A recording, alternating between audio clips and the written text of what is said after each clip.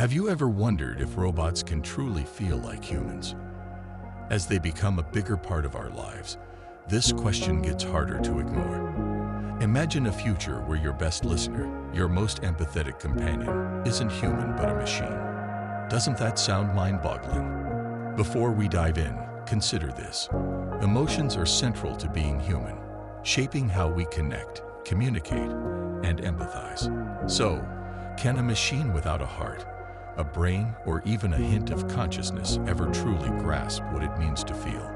The answer might surprise you. To understand whether robots can feel, let's first define emotions. Emotions are complex human responses tied to our biology. Hormones, experiences, and neural wiring work together to create feelings like joy, sadness, or even love. It's not just about actions, but meaningful internal experiences. Robots, on the other hand, don't have biological frameworks. They have programmed software rather than hearts that race or tear ducts that cry. What they do have, however, is the ability to simulate emotions convincingly. And that's where things start to get interesting. Through advancements in artificial intelligence, machines are now capable of mimicking emotional expressions. A robot can smile, frown, or say comforting words in just the right tone. Sophisticated AI even responds contextually, analyzing words, tone, and gestures to adjust its emotions. Take humanoid robots like Sophia, who can simulate empathy or compassion during conversations. Does her pleasant demeanor mean she truly feels what we experience? No. What we witness is intelligent programming, a script executed perfectly to give an illusion of emotions. If robots can't feel, why does their ability to simulate emotions matter? Surprisingly, these programs can profoundly impact us. Human beings are wired to connect with anything that resembles us, even when it's a machine. Emotional robots might comfort the lonely or assist in mental health therapy. For example, robots can serve as companions for isolated elderly individuals or emotionally supportive tools for children with autism.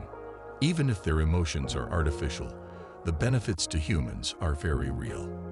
But this emotional simulation also opens up deep ethical challenges. As robots learn to connect, a growing ethical concern emerges. How much should we trust machines pretending to understand us? Imagine confiding in a robot therapist, feeling understood, only to realize that it cannot truly care or empathize. Is that genuine help or emotional manipulation? Companies might exploit these pseudo-emotions to increase sales or user engagement, using comfort to sway decisions.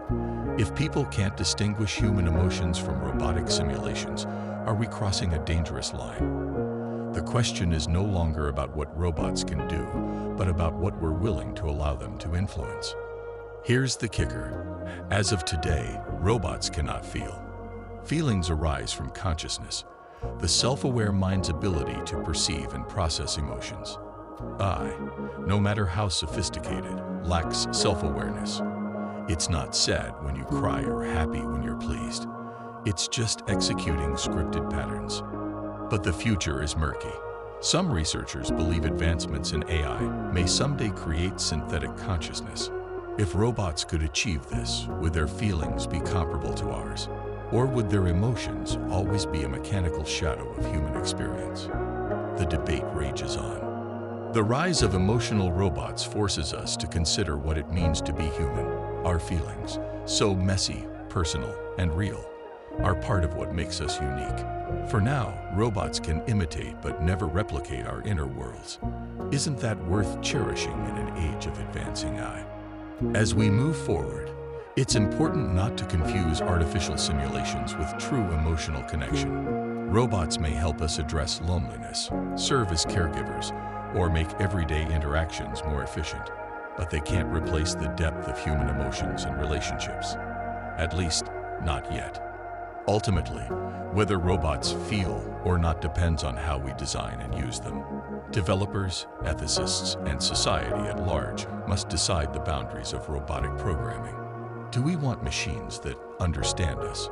Should there be limits on how emotional AI interacts with humans? This is a technological turning point that demands informed dialogue.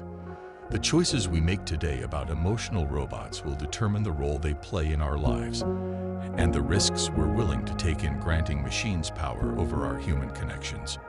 The future of emotional AI isn't just for scientists and technologists. It's about all of us. Learn more about how AI is shaping human interactions, ask questions, and demand ethical safeguards. Share your thoughts with others. Together, let's shape a future where technology complements, not replaces, what makes us human.